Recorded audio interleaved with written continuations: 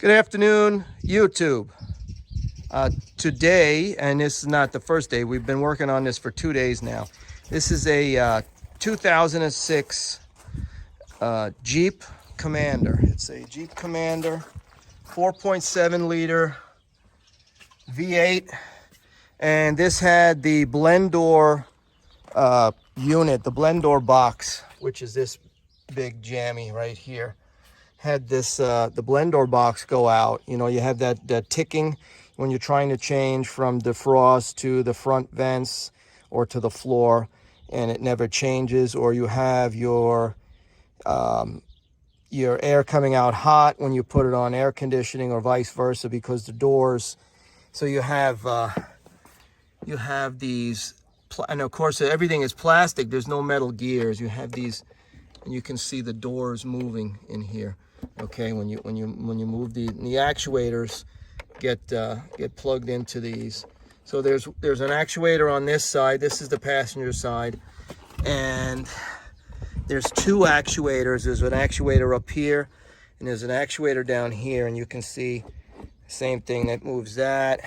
And then this one is going to open and close. This is for the top end, the defrost.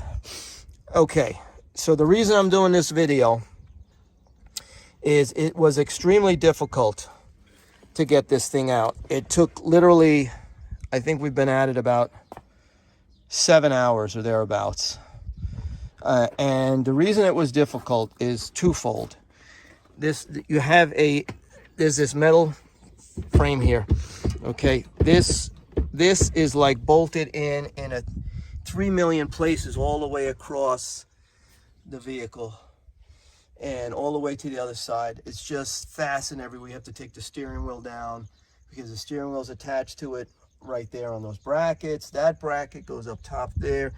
This is where the airbag, passenger side airbag sits, and that's in the way to get the dashboard off.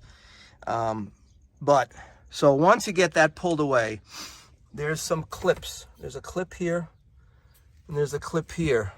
These slide in. Hold on, I gotta switch hands. Let me take this thing out and lay it like this. Okay, those slide in here, and you can have everything out, and if you don't disconnect these things, if you don't pop, basically you have to get a, I don't have one on this side. You have to get a pry bar.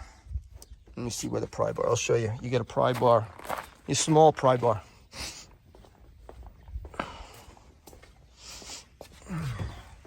Like this. You get a small pry bar, okay?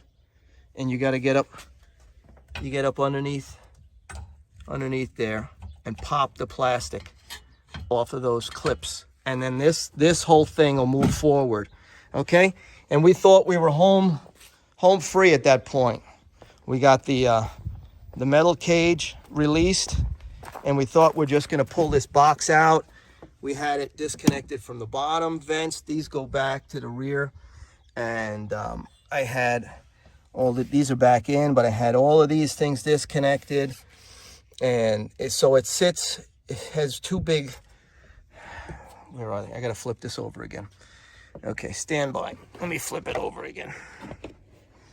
It's got these two big clips that fit down in there, okay? So you need to use a bigger pry bar than this. You need a pretty big pry bar. You gotta get up underneath there, okay, and pop those two out.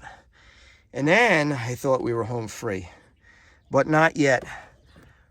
In Chrysler's infinite wisdom, they put 1, 2, and there's one on the side here, 3 hex head, T20 hex head, one of these, or 3 of these rather. Okay, let me see if you can focus in on that. 3 of these, and I have a pile of them. This is all from the dashboard. Believe it or not, this is all dashboard fasteners. They're facing towards the firewall. Impossible to get to, and it's impossible to pull this out. See here they fasten right here, and then fasten over here. These three are all facing towards the firewall. So picture this unit. Picture it. Oh, sorry. This is all the stuff that has to go back in. Picture it sitting like this over there, and those three are facing towards the rear. So there's spots here for a clip, and there's clips here and it clips there.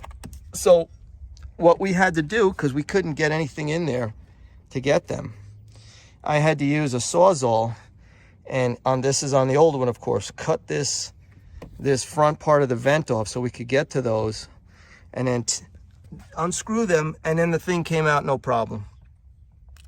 So we're putting this back in right now. I have some of the fasteners already put back. Make sure you use a paint pen and mark all the spots that you took screws out of.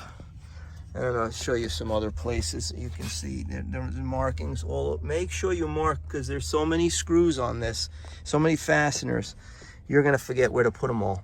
So as you take them out, mark. If you can get a pen in there, and you might not even be able to get a pen in there, but so we're just gonna put it back in without those two, and hopefully those clips will make a good seal. I think they will.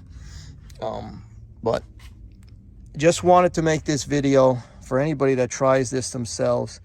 It's I know it's expensive to have the dealership or have a mechanic do it. It's probably like $1,200 job, but it might be worth it in the long run, because it's a lot of work. So anyhow, this is going back in. I might do a final video follow up on this when it's all put together, but just wanted to show you that those fasteners are impossible to see, impossible to get to, if you don't damage the old unit, the old blend door assembly. All right, Mike Machines out.